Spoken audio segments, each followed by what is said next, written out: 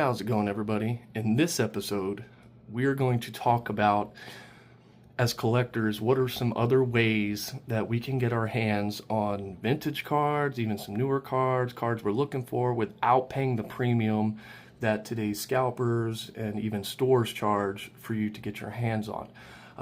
Now, with this method, there is low risk, low reward, low risk, high reward, high risk, high reward, high risk, low reward. And what I'm talking about is online auctions. Now, I'm not just talking about, eBay where you bid. Everybody knows about eBay, but there's another one that I've used myself many, many times to get my hands on some cards that otherwise I probably wouldn't be able to get. Sometimes they're in really, really good shape. Sometimes they're, in okay shape.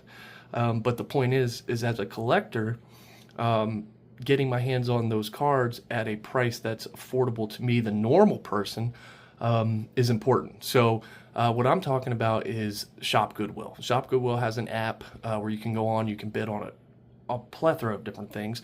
And so I have used that medium to get my hands on different sets of Pokemon cards, like I said, both vintage and newer. And today I actually got in something that I ordered off of there. It's actually a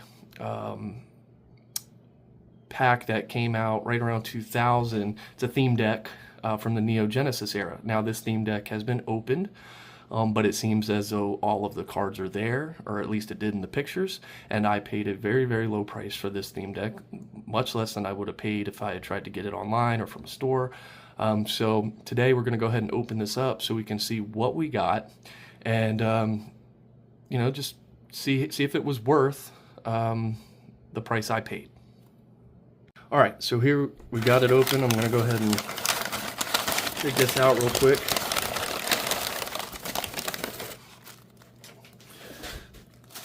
So we got a bag in here. Oh, it looks like a couple bags. Let's see. So there you have it. A Neo Genesis Hotfoot theme deck. Like I said, it was released in the year 2000. So a 60 card deck. I'm not even going to try to untie that. I'm just going to rip the bag here so you can get a better look at this. From the outside, the box looks to be in decent shape given its age. Probably somebody who had collected it or just had it stored away. Love the details and the artwork of the boxes, the old theme boxes. So this one has a Jump Pluff as the primary, as the foil card that comes with it, which, if I'm not mistaken, is actually a pretty valuable card on its own if it were to grade high. So let's go ahead and open this up, take a look, see what we got in here. All right, as you can see, there's your cards, and it looks like, yeah, just like the pictures, they put the Jump Pluff not only in a little penny sleeve, but also in a hard sleeve. Now, taking a closer look, this card looks really, really clean. Might have some light scratching, I can't tell, but overall, it's centering actually looks pretty good on this too. So that's your primary card that comes in this little theme deck. And then we got a whole host of cards that aren't in any sort of protection.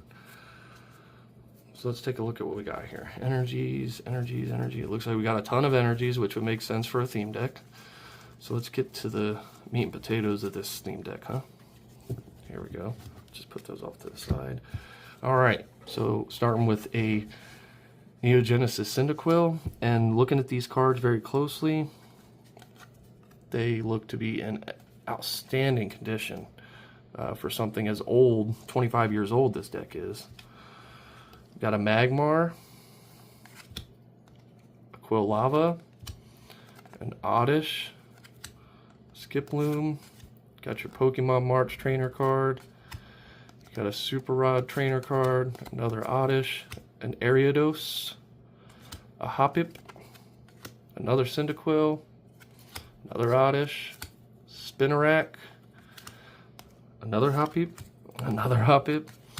Cyndaquil, Magmar, a Professor Elm trainer card, Hoppip, Oddish, Super Rod, Pokemon March, Bill's Teleporter, Cyndaquil, a Moo Moo Milk Trainer card, Spinarak, another Moo Moo Milk, another Moo Moo Milk, a Spinarak, and a Skiploom, and a Magby.